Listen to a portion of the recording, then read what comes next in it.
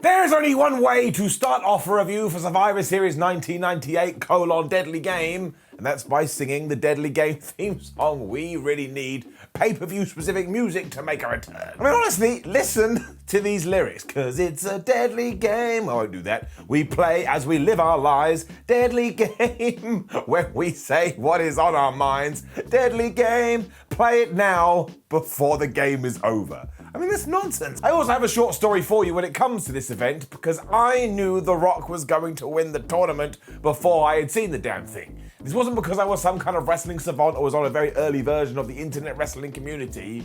It's because my damn brother spoiled it for me as we were on the way home from school. And yet, you damn right I cried. I'm not ashamed. I was so excited. Thankfully, I still had one big last surprise to come because I didn't know about that swerve. And really, this was the night when The Rock decided I am going to level myself up and I'm not going to stop until I'm one of the most famous people on the planet. Even my mum knows who The Rock is, but she calls him Dwayne Johnson. It's a very strange situation. Speaking of stars too, it was well rumored, or at least well documented at the time, that WCW was about to have a bunch of theirs contracts come due. So there was Chris Jericho, there was Juventud Guerrero, there was The Giant, there was the Steiners, there was Dean Malenko, there was Chris Benoit, and everybody was whispering, everyone was chattering about how maybe, just maybe, they were going to jump ship. Now obviously soon Chris Jericho was going to do this, and the Big Show was about to become a thing, and then a year after that we got the Radicals. So there certainly was some truth in the pudding. Triple H, Jeff Jarrett and Ken Shamrock on the WWF side were also about to be free agents, but nobody thought they'd go for World Championship Wrestling, especially because around this period, WCW was doing things like, oh my gosh, we're going to do Goldberg versus Bam Bam Bigelow as the main event of Nitro, and it never happened. Why? Nobody flubbing knows. Absolutely anything could have happened back in 1998 too, because Jesse the Body Ventura had become the governor of Minnesota. I mean, that is still really, really weird. So that sets the table, and in front of 22,000 fans, which means we're definitely talking about the Attitude Era, and a pay-per-view that did over 400,000 buys, let's up those downs for the Survivor Series 1998 ... Deadly Game. Obviously, Survivor Series 1998 starts with the Deadly Game theme song. I'm not going to talk about it anymore. I just find it very funny. And once again, because it is the late 90s, we don't start with a match. And it begins with Vince McMahon coming out and going, ha ha, here I am. It's a thing of beauty though, because it does set the story for the evening. The hand-picked champion, or at least that's how it seems, was none other than Mankind, who had become corporate Mankind, and he was wearing a suit. As such, Vinny had gone out there and found him a mystery opponent, and this was absolutely fantabulous. Because everybody in the arena and everybody at home had decided this was going to be Shawn Michaels. And this wasn't just a stupid, wouldn't it be funny if it was the Heartbreak Kid? You can hear the chants in the building. People are going, HBK, HBK.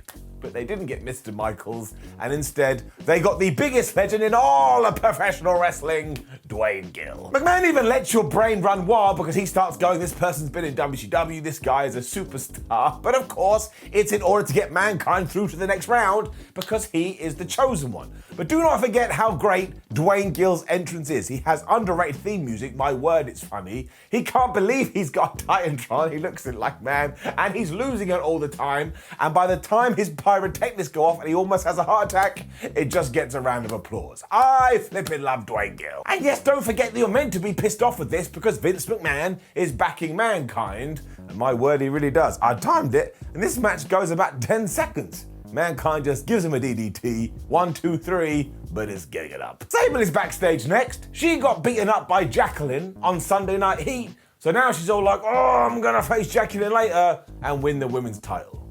I was like, okay, good for you. I guess we'll find out. She also had an ice pack on her neck. And this happens in wrestling constantly. Somebody can get you in an arm bar on Sunday Night Heat, and when they cut to the back, you're like, oh man, I'm in so much pain. It never makes any sense. This idea of nonsense also sums up the whole pay-per-view, because not only is this the Attitude Era when all WWF matches went short anyway, but we had to fit a tournament into a less than 3-hour show, so you just knew that most matches were going to be over before you could say, what the hell is happening? So we do get Jeff Jarrett versus Al Snow, and as ever, every time we do bring out Al Snow, I'm going to give him a salute and say thank you very much, because he was one of my wrestling trainers, and I kid you not, without him, I wouldn't be wrestling right now. He was like a damn educational wizard. Sadly, this isn't the greatest match you're ever going to see though, and it's not these two guys' fault because it's just filled with shenanigans. Now, Deborah McMichael is out with Jeff Jarrett, and of course, Head is out with Al Snow, and Jeff has his guitar, so we just take all of these objects and we start cycling them in and out. So at one point, we're trying to hit people with Head, then we're trying to hit people with a guitar, but then Al Snow finally gets his hand on his inanimate friend, and he twonks Jarrett right in the head, and he gets the win. And you kind of watch it and you go, wait a minute, this is a tournament. We could have just relied on sporting endeavor. I don't think we needed to do this. Down. This stupidness works much better in match 3 because it's Stone Cold Steve Austin taking on the Big Boss Man, so once again we're going right back to story. Because the Boss Man is associated with Vince McMahon, so his sole job is just to rough up the rattlesnake to try and take him out the thing early. And this is exactly what he does. He gets his knife stick and he just waffles the hell out of Stone Cold Steve Austin. Not a waffle that you eat, but one that you beat somebody up with. Nobody's done that in the history of the planet. And it does mean that Stone Cold is now going through to the next round, but what kind of state is he in? Because a policeman had just whacked him with a stick. It also does make you go, well, why the hell did we do all that in the Jeff Jarrett Al Snow match if we were going to do it here? But again, in the Attitude Era, they just couldn't help themselves. But I felt myself investing into this, even though I knew where it was going to go. Let's get it up. As Ray Traitor has come up too, what an underrated dude. Like, he was a man mountain, but he could zoom around the ring as if he was some kind of cruiserweight. He deserves more props than he gets. And as the theme of this Retro Ups and Downs has been music, how good was his entrance theme? He had the whole "but-oh, no, no, wow," which I have been singing for the last 20 years. Michael Cole is then chatting to Vince McMahon directly, who of course, do not forget, was in a wheelchair at this stage. And of course, that was going to be a joke too, but we'll get to it. And he's all like, ha ha ha, what's gonna happen to Steve Austin now? Almost like he had a plan. And then WWE didn't learn at all. Down. Because it is William Regal versus X-Pac, and straight away we just go back to the nonsense. And this one is doubly frustrating because when they are allowed to wrestle, it's pretty good. You've got the stylings of X-Pac, you've got the stylings of William Regal. Forgive me, he's called Steven Regal here. But instead, you get such a ludicrous finish, you just want to punch yourself out in the skull. And yes, if you are asking the question, wait a minute, wasn't 1998 when Steven Regal was a real man's man? Yes, it was, which means we can talk about entrance music again, because he came out to the whole "he's a man," as if the WWF had just gone back to 1996. Now, of course, Regal pulls this off. He's got his stupid yellow hat, and his face expressions are wonderful. But where did this come from? It's like somebody accidentally read a book and then put it down on a script. But let's move on from all of that now and talk about the match itself. And yes, it ends in a double count out. So instantly you're like, wait, if it's a tournament, shouldn't we have just like eradicated them for one evening? But it gets even more confusing because Vince McMahon says, no, it can't end like this because of Stone Cold Steve Austin. This is meant to be his next opponent. So he says, we're going to restart it, but there's going to be a 5-minute time limit. I'm like, Vince, if there's a 5-minute time limit, it means it can still end in a draw. But even then, X-Pac just goes, nah, I don't want to do it. So now you're thinking, okay, Steven went through, but he doesn't, and they both still lose. I didn't know what to do. I did not know what to do when this happened. This is one of the stupidest things I've ever seen. And now my TV is broken. That's how I chose to respond to this. I booted it right in the face. It's not true, TVs don't have faces. This is bad, really, really bad. To the point, if you showed this to a friend who didn't watch wrestling, they would just decease your relationship because they wouldn't want to have anything to do with you anymore. And they would have been absolutely right. Down. We then finally get a proper match. Thank Flubbins. Up. And it's nothing special, but it didn't have to be because it's Ken Shamrock versus Goldust, and we already have the impetus to watch because you're like, well, who's going to go through? Is it going to be Ken or is it going to be Gold? That's all you needed to do. There is still some nonsense because Goldie in 1998 was obsessed with the Shattered Dreams, which was just kicking somebody in the balls. And that was an instant disqualification, so why he would do it, I do not know. But thankfully the referee gets in the way and says, no, Dust, you ain't doing it, it's against the rules. Monday referees could learn a little thing from this. It also opens up the door for Ken Shamrock to lock in the ankle lock, make him tap out to go through to the next round. And I will say this, if Kenny had decided he didn't want to go back to the UFC, he totally would have been a world champion. He's just so good at his role, and he's a pretty damn good wrestler, and the fans totally believed in him, mostly because he was absolutely crazy. I really like Ken Shamrock. What came next too is just the best, and I mean it, and a big reason for why it was shown for so many damn years. Because it is meant to be The Rock versus Triple H, but Triple H never shows up because he was still coming back from an injury. Now I do admit that if you were in the arena, you probably would have been like, well that sucks, I wanted to see the man with 3 H's, but once again you can tie it into the story because his replacement is the Big Boss Man. Because again, who is booking the tournament? Who is behind all of this? It's Vince McMahon, the evil owner of the WWF. So even though the Big Boss Man had been eliminated, he's now put him back in the thing because you're trying to go, oh, you're really trying to screw over the whole tournament. But of course we know The Rock is about to join Vince. It's just so good. And what does Rocky do too instantly? He hits the most devastating move in all of sports entertainment, the surprise roll-up, and he beats him for the 1, 2, 3. And the Boss Man acts all surprised, going, oh, I don't believe it, but it's fake, because of course he's tied in with Vince McMahon, so it's absolutely getting an up. Now, there is a plot hole with this later, but even Star Wars has plot holes, so I don't give a damn. You also get Pat Patterson and Jerry Briscoe coming out here, chopping like their life depending on it, pretending that they are D-Generation X. And once again, as these two have been brought up, how did they play these roles so well? These were like 2 old school serious wrestlers, and in 1998, entertainment personified. Unfortunately, when it came to our next match, life just kicked its ass. It's The Undertaker versus Kane. This was still unreal to me when I was a kid because I loved this feud, but viewing it in the modern day, it is quite clear that The Undertaker is not at 100% and that The Undertaker is probably pretty badly injured. That is absolutely the case, but of course he's gone all old school here and he's trying to fight through all of his pains, but that just means the guy can barely move, which I looked it up, is actually quite important when it comes to trying to do a wrestling match. And it is admirable, and you do have to respect it. That is one hell of a tough guy. I just prefer the 2021 method, where if you are in pain, you're allowed to go home and rest for a little bit before making your return, especially because look what's about to happen is getting it down. It still has its moments because I just love the characters so much, especially when The Undertaker goes, makes that weird noise and tries to chokeslam Kane, but his brother is too powerful, so he gives him the chokeslam instead. And this is the reason the finish is so dumb.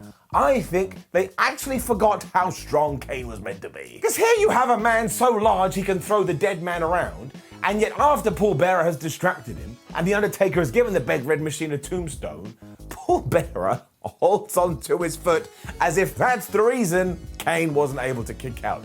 Paul Bearer holding your foot should cause you no problems whatsoever. And I get that you've got to protect Kane. Of course you've got to protect Kane, but this didn't protect him. It just made everybody involved look absolutely silly. And Kane goes nuts afterwards and he starts choke slamming the ref. I don't blame him. He didn't see his leg being lightly caressed. We then move on to the semifinals where we have Al Snow versus Mankind. And at this juncture, I said out loud to absolutely nobody, I really would like another one-night tournament in the WWE, but I'm well aware this isn't going to happen. Look how hard it was to bring back the flipping King of the Ring. There is some kind of story here as well, and it's pretty weird, so I'll do my best to explain it to you. But as it had turned out, Vince McMahon had given Socko to Al Snow, who was then wearing it on the head of Head. And when Mankind saw this, he went absolutely ballistic, got the sock back, stuck it in Al Snow's mouth, and he beat him. Now, I don't get why this wound Mick Foley up so much. I guess the dude just really liked socks. This also gets quite intense after a while because there's a steel chair involved and they're just throwing their head into things. But I'm gonna give it up. It is not as good as what follows it, because man, do I love this. For The Rock is back and he's taken on Ken Shamrock, which was great booking anyway because they had a fantastic feud in 1998, so you wanted to see another match. And if you haven't seen when The Rock hit Ken Shamrock in the head with a steel chair, just trust me on this one.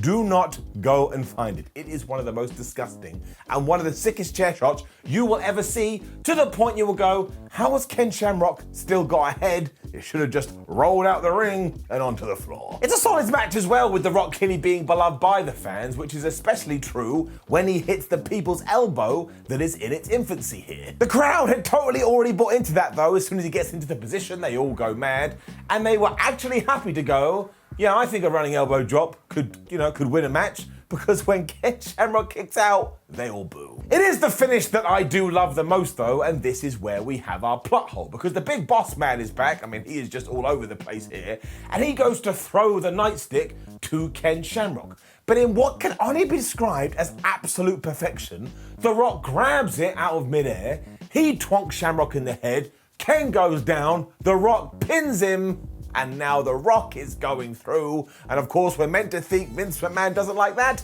because they had been fighting on Raw. What's truly genius about this though is the things it puts in your head, because at first you're like, oh my gosh, The Rock's so cool, he pulled a fast one. But in reality, the big boss man had done this on purpose, because once again, they're all working in cahoots. Now, the plot hole is that later on after this, Ken Shamrock would join the corporation, and would it be like, wait a minute, so you're telling me you deliberately did this when I was in a tournament to win the world title? But again, it's wrestling, who cares? But the fact they pulled this idea off so well, and the fact that they couldn't do it any better, I just love it. I love it so much, I would marry it, and I don't even know what that means. How do you marry a moment from 1998? But know this, if I was able to figure out, I absolutely would not invite my parents. They are disappointed enough. Brilliantly too, we then cut to a Paul Bearer interview after this, and he literally just goes, "Whoa, my Undertaker!" I was like, I think this is the greatest year ever in professional wrestling. Although from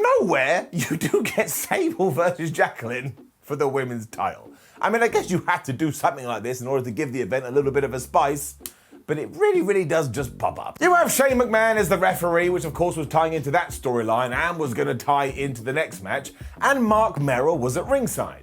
So when he starts getting involved, Sable just goes, right, that's it, and she goes out of the ring and she powerbombs Mark Merrow onto the floor. Do not forget, 2 years earlier, Mark Merrow had been hired to be a star, and here he was getting whooped by Sable. I think it's great. Becky then starts choking Sable on the ropes, which is genuinely hilarious because she's nowhere near the ropes, but she goes, I can't breathe. And eventually Sable is able to reverse one powerbomb into her own. She gets the 1, 2, 3. She becomes the women's champion. And I tell you this, I ain't ragging on it at all. I ain't crapping on it. I actually thought it was quite fun. It was quite entertaining. Only goes a few minutes. Up. We then get into our big matches for the tournament. Steve Austin versus Mankind. Up. Stone Cold is still selling his beating from earlier, and Mankind is still in his corporate gear, so Steve Austin just rips that off straight away. And what I truly enjoy about this is you can just smell and you can just feel the respect that these two guys had for each other. And they had really good chemistry, they never had a bad match, and that's what happens here. They're also fighting on the outside and trying to kill each other after a little while, to the point Mankind's like, screw this, I'm going away. And of all the people, it's Pat Patterson and Gerald Briscoe who send him back to the ring, which is where a steel chair goes right into his face. And don't forget, this is happening in November 1998. The King of the Ring, when he was almost killed in a Hell in a Cell, was only a few months prior. This is why Mick Foley is one tough son of a ditch. He did this stuff constantly and somehow always got up. There is a really great bit at the end after Austin has hit the stunner and has the match won, when Vince McMahon pulls the referee out of the ring and reveals, oh look, I wasn't injured at all, what a dastardly heel he is. And then we take this up another gear, because Shane McMahon, who was feuding with Vince McMahon, had only been brought back to the company as a referee, as we've already said, he slides in, and he goes 1, and he goes 2, then he stops, he flips Stone Cold off, and you're like, man, what is going on? This is too much information. And sure, this has Vince Russo's fingerprints all over it, but on this occasion, he absolutely smashed it, and the expression on Steve Austin's face here and Shane McMahon's is absolutely brilliant. The only real shame is what happens right afterwards. Because clearly Gerald Briscoe is meant to hit Stone Cold with a chair, but he forgets. So you have Austin just like walking around like this, like he's some kind of toy that's malfunctioning. And when Jerry does remember, I ain't kidding you, it's like this, bonk. It is such a weak chair shot, it doesn't even make a noise. And poor Stone Cold Steve Austin, the greatest wrestler of all time, has to lay there while Mankind pins him for the 1, 2, 3. Even Linda McMahon had to be somewhere going, that was terrible. That was an absolute terrible chair shot. And if you ever heard Austin talk about this, it is damn funny. But the intentions were good, so I'm not going to get bogged down with that, especially because you get even more narrative after this. Because Vince McMahon and Shane McMahon and his goons, they all run away and get in a car and pull away, because you're meant to think, well, they've done what they said they were going to do. They stopped Stone Cold Steve Austin winning the tournament. Stone Cold Steve Austin then gets in the truck, he chases them, and there's more to this, which we will get to later. And then The Rock beat The Undertaker via DQ. And yes, as we've already mentioned, one of the issues of the Attitude Era was that we did this kind of nonsense too much. Not like we do that in 2021. But if the goal of this tournament was to build The Rock, then why didn't we build The Rock? And I get you want to protect The Undertaker, but sometimes you just have to go, that's our guy, he's gonna run through everyone. It doesn't really matter because the People's Champion was about to go heel, and when you go heel, you can do whatever you want. But just when you get a disqualification, well, I've already made the noise, I'll make it again, you just go meh. He does get hit by Paul Bearer's shoe during this, which always will make me laugh because it's just a stupid thing to do. And of course, eventually out comes Kane. He choke slams the Great One because that's going to get the Undertaker disqualified. Undertaker then goes nuts. He beats up Hell Hebner because screw him. These two brothers fight off into the distance, and The Rock is in the final. There's also a really confusing bit in the middle where the Big Boss Man is back and he's trying to distract Rocky, which kind of throws my idea out the window that they're all in this together. So I'm just going to forget that happened. I'm going to scrub it from my brain, I'm going to use my finger of power, and I'm going to give it a down. I suppose this does build a lot though, and of course it sets up the finals. But given everything else we had done, it does feel a little bit like a lull. Classic WWE after this, because they decide, well, we have to put something before we do the last match of the tournament. So you get one of the oddest concepts they have come up with. It is the Headbangers taking on Mark Henry and D'Lo Brown, taking on the New Age Outlaws, but it is quite literally a triple threat tag match, meaning anytime one team is in there, he has to have two other opponents. Forget about all of that though, because all you really need to know is there is a sign of Road Dogg's catchphrase, ladies and gentlemen, boys and girls, children of all ages, the whole damn thing written out. And other than this lot, the fans were absolutely dead for this because of course, they're just thinking about the King of the Ring tournament. It also doesn't help, and I counted because I'm really weird, that there are 4 low blows during this. It may even be 5 and it may even be 6. There's a chance I didn't see ones, but towards the end, people are just whamming the other guy right in the dick because they know they can't be disqualified. And look, sometimes you see someone get smashed in the penis, you're like, oh my gosh, I can't believe it. But it's the law of diminishing returns. When I have seen a penis smashed around about 3 or 4 times, I'm just kind of done with it. It also just ends from nowhere where Billy Gunn hits a pile driver onto Mosh and everybody looks at him rather than breaks it up. I suppose it did serve as that classic WWE buffer, but I'm still giving it a down. It is then all made up for though, because it is the last match in the Deadly Game tournament. And do we even need to talk about the actual fighting, even though it is pretty decent? The only real downer here is that we had to mimic the Montreal Screwjob that had gone down 12 months ago, and even a year later it was a bit like, oh man, do we have to do this? And the fact that some companies are still doing it in 2021, my word, somebody kill me. The key to all of this though is how much the people want The Rock to win. I mean, they are booing the hell out of Mankind, even though he's not doing anything, and you'll get some serious action here. I mean, you get elbows off the apron, people are being thrown into stairs, people are being thrown through the announce table. And when I say people, I mean Mick Foley, because it ties into what I say earlier. This mother Hubbard didn't care. It is the last few minutes that are gold though, even if you have to do it via a joke sharpshooter spot. But after The Rock has locked on his weird version of that move, all of a sudden Vince McMahon, who had returned to the arena even though he said he had gone, calls for the bell even though Mick Foley hasn't tapped out. Shane and Vince and The Rock all then hug, and that's when you realize they had pulled the wool over our eyes. Everything that had happened on this night and in the preceding weeks had all been a trick so they could form the corporation, and nobody saw this coming. The Rock turns into a mega heel instantly, even his mannerisms change, and I think it is damn brilliant. I mean, The Rock had even dropped the people's elbow onto Vince McMahon on the previous Raw, and when he walks over to Mankind and starts doing that dirty kick, that was it. I was just bought in, especially because Steve Austin then returns. My word, this will wear you out. He does hit a stunner on Mankind, and I was a bit like, well, that was unfair. I feel like that guy's been through way too much, but he also hits one onto The Rock, which means we have just pulled the trigger on one of the greatest feuds ever. Are you kidding me? This one is so damn easy. It doesn't just get an up, it gets a golden up. I love storytelling. What an event. What a great damn event. But what did Dave Meltzer think about it in the Wrestling Reserve newsletter? Well, he didn't really like it, because Mankind versus Gilbert got nothing. He didn't even give it a star. Snow versus Jarrett was a dud. Austin versus Bossman was half a star. X-Pac versus Regal was 3/4 of a star. Shamrock versus Goldust was half a star. Rock versus Bossman got nothing. Taker and Kane was a dud. Mankind versus Snow was half a star. Rock versus Shamrock, here we go, 2.5 stars. Sable versus Jackie, 1 star. Mankind versus Austin, 3 stars. Rock versus Taker, 3.25 stars. The tag match got 1 star. And then Mankind versus The Rock finally hit something with 3.5 stars. Although I will say, he kind of does balance himself a little bit and says, from a narrative point of view, really fun, but the wrestling sucked. Now, as always, please do leave a comment below and let us know what you want us to review next week on Retro Ups and Downs. I'm looking at them every single week. Like the video, share the video, and subscribe.